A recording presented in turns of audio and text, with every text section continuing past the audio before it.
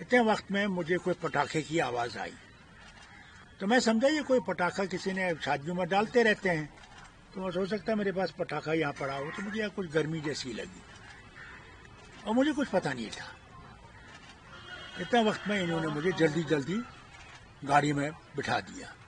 जो इन्होंने मुझे गाड़ी में बिठाया तो मुझे कहने लगे, जनाब ये तो एक पिस्तौल था साहब के, इस इंसान के पास, और इसने 2 गोलियां चलाई थी।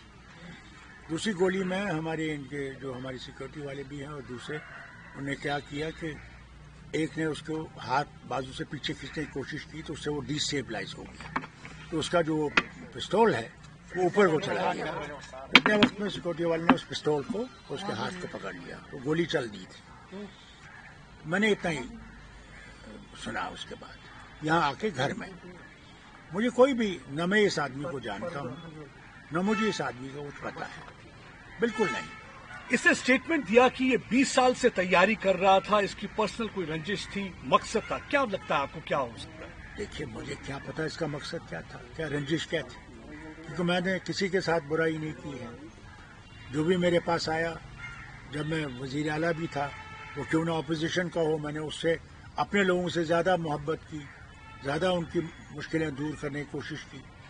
मैंने कभी भी दिल में किसी के लिए नफरत पैदा नहीं की है। पता नहीं इसको क्या था, रंजिश क्या थी। लगता है ये सिक्योरिटी लैब्स है किसी जगह। देखिए, ये कहूँ कि सिक्योरिटी लैब्स है, ये तो एक बहुत बड़ा सेंटेंस है। सवाल इस बात का है, इस मैरिज में सारे बड़े बड़े लोग थे, इसलिए पुलिस को इसका एहतियात ख्याल तो रखना चाहिए था, जिसका नहीं था। वहाँ कोई पुलिस का इंतजाम था ही नहीं। ये तो अल्लाह का शुक्र है कि मेरी सिक्योरिटी मेरे साथ थी, और फिर हमारे जो मिनिस्टर साहब थे उनकी थोड़ी सी सिक्योरिटी थी साथ, और हमारे ये MLAs वगैरह थे जिन्होंने उस वक्त हिम्मत की, और मैं बच गया। आपको होम मिनिस्टर साहब का भी फोन आया था, गृह मंत्री जी का? हाँ, मुझे आया था। क्या बोला? रात को उन्होंने मुझसे कहा कि आप कैसे हैं। मैंने कहा जी शुक्र है उसका, ऊपर वाले का, कि मैं बच गया हूँ। और उन्होंने कहा नहीं, हमने उसको पकड़ लिया है, उसकी तहकीकात करेंगे और आपको बता देंगे कि ये क्या हुआ है। सर, इंक्वायरी होनी चाहिए प्रॉपर इसमें। और देखिए, अब तो इनकी तक है, इंक्वायरी तो इनको करनी चाहिए, ये हुआ क्यों, क्या वजह थी, क्योंकि ये चीज़ें होती रहती हैं। आजकल जिस माहौल में हम रह रहे हैं, जहाँ पे कि एक नफरत का एक जाल फैला हुआ है, वहाँ पे एहतियात करना चाहिए। सर, आपको लगता है लाइसेंस वेपन का जो मिसयूज हो रहा है, आपको लगता है फेलियर है? द क्वेश्चन हियर इज, सबसे बड़ी ट्रेजेडी ये है, जो वतन में नफरत है ना, उसने जड़ें पकड़ ली है। अब उन लोगों के लिए जगह बहुत कम है जो दोस्ती की बात करते हैं, जो एक दूसरे मजहब की मोहब्बत की बात करते हैं, क्योंकि कोई मजहब सिखाता नहीं है नफरत, कोई मजहब सिखाता नहीं है कि दूसरे को नुकसान पहुंचाओ, बल्कि हर धर्म जो है वो मोहब्बत सिखाता है, प्यार सिखाता है, एक दूसरे की मदद सिखाता है। और मैं समझता हूँ कि हमने उस धर्म को छोड़ दिया है। क्या कहना चाहेंगे अपने उन PSOs के लिए जिन्होंने डिफ्लेक्ट करा था? बड़ा इल्जाम लगाया, उन्होंने कहा कि पुलिस ने कोऑपरेट नहीं किया, वहाँ पे पुलिस की गाड़ी नहीं अवेलेबल नहीं थी, जो कोऑपरेशन। देखिए ना, वहाँ पुलिस थी ही नहीं। सबसे बड़ी बात तो ये, पुलिस थी ही नहीं, जबकि पुलिस को होना चाहिए था।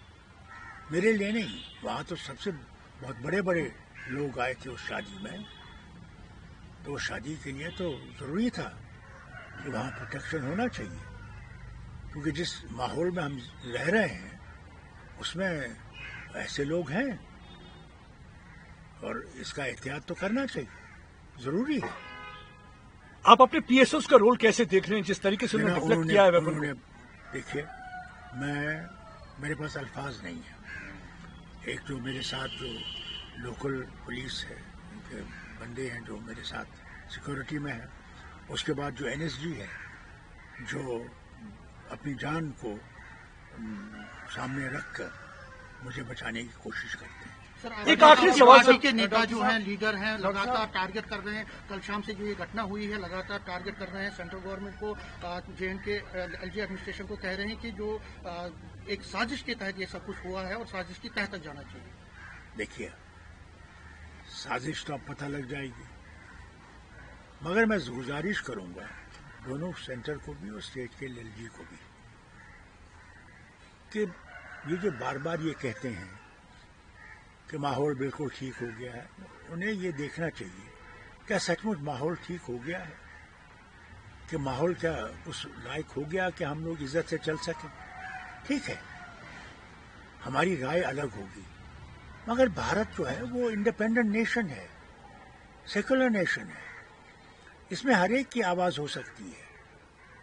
मुझे उनकी आवाज ठीक नहीं लगे, उनको मेरी आवाज ठीक नहीं लगी, मगर हम लोगों ने चलना है। यही तो इस मुल्क की सबसे बड़ी चीज यही थी कि आप बात कर सकते थे।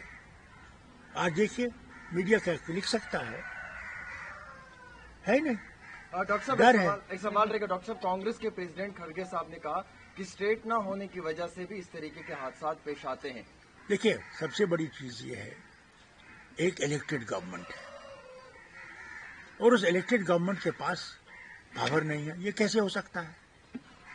अगर इलेक्शन हुए, इलेक्शन में ये वादा किया गया कि साहब स्टेटहुड हम रिस्टोर करेंगे, आपकी मुश्किलों को दूर करेंगे। अब बताइए इतने साल हो गए, कहाँ है वो स्टेटहुड जिसका वादा न सिर्फ इन्होंने पार्लियामेंट में किया बल्कि इन्होंने सुप्रीम कोर्ट में किया। तब तो ये आप हम पे उंगली उठा सकते थे। सर, स्टेट ना होने की वजह से भी क्या क्राइम बढ़ रहा है जम्मू कश्मीर के अंदर? देखिए क्राइम जो है वो तो आप जानते हैं कितना है, सारे वतन में कितना है, और है गरीबी बढ़ रही है। और जो अब हालत बन गई है दुनिया में ईरान की जंग से, उससे हम लोगों को और भी असर पड़ेगा। और सबसे बड़ी मुसीबत ये है कि गरीबी नहीं, मिडिल क्लास जो है, आप लोग जो हैं, क्या करेंगे आप? हर एक चीज का दाम चढ़ रहा है, आपके तेल का दाम चढ़ जाएगा, आपके गैस नहीं मिलेगी, क्या करेंगे? अब वो जमाने गए कि आप लकड़ी जला के चूल्हा जला सकते थे, वो जमाना गया। इसलिए मैं मरकज से जरूर कहूंगा, क्योंकि दोस्ती है ट्रंप से भी और नेतन्याहू से भी, कि खुदा के वास्ते उनसे कहिए जंग बंद करें। फारूक साहब, जंग बंद करना जरूरी है। जिन्होंने आप पे अटैक किया, क्या क्योंकि वो कहते हैं हमारी पर्सनल रंजिश थी, क्या आप उनसे कभी मिले हैं या कोई आपको? कभी नहीं मिला जनाब, मैं जानता भी नहीं हूँ। मैंने पहली दफा उसकी तस्वीर तो कल उस मोबाइल पे ने मुझे दिखाई। मुझे क्या रंजिश हो सकती है? क्या ये इकलौता शख्स है कि आपको लगता है साजिश के पीछे और भी कुछ हो सकता है और ये पॉलिटिकल साजिश भी हो सकती है? देखिए मैं कुछ नहीं कह सकता, मैं किसी के ऊपर उंगली नहीं उठा सकता, क्योंकि मुझे कुछ पता ही नहीं है।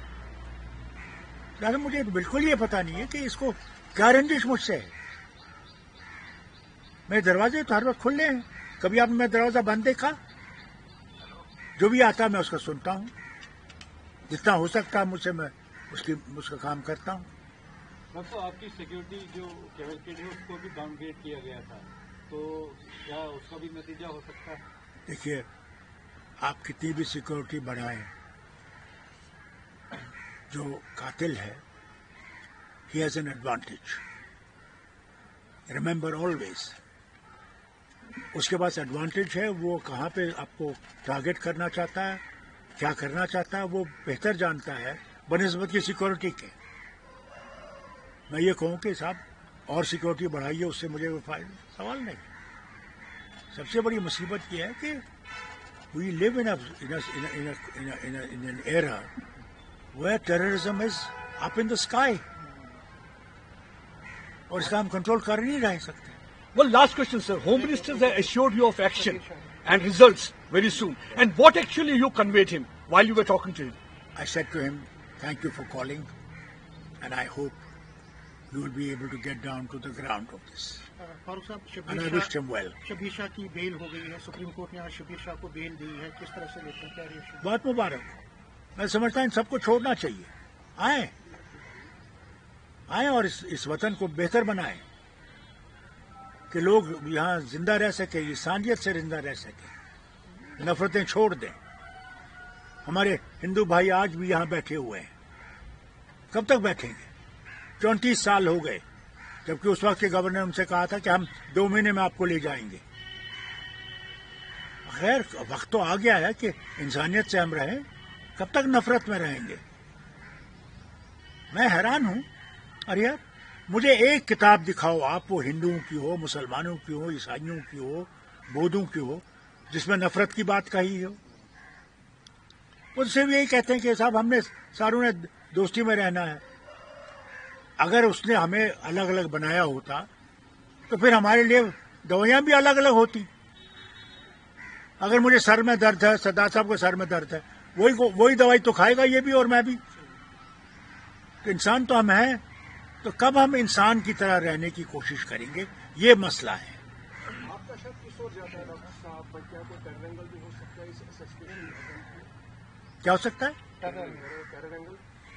देखिए टेरर तो हमारे वतन में है, न सिर्फ हमारे वतन में, दुनिया में टेरर है।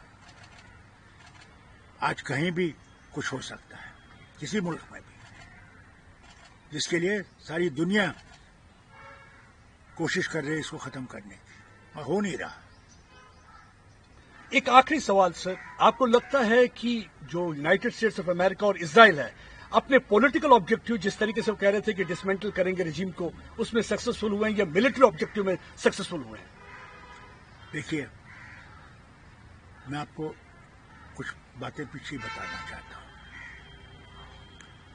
जवाहरलाल नेहरू का वक्त था, रूस के जबरदस्त दोस्त थे, और रूस की फौज जब ईरान में गई तो पहला शख्स जिसने रूस के खिलाफ बात की वो जवाहरलाल नेहरू था।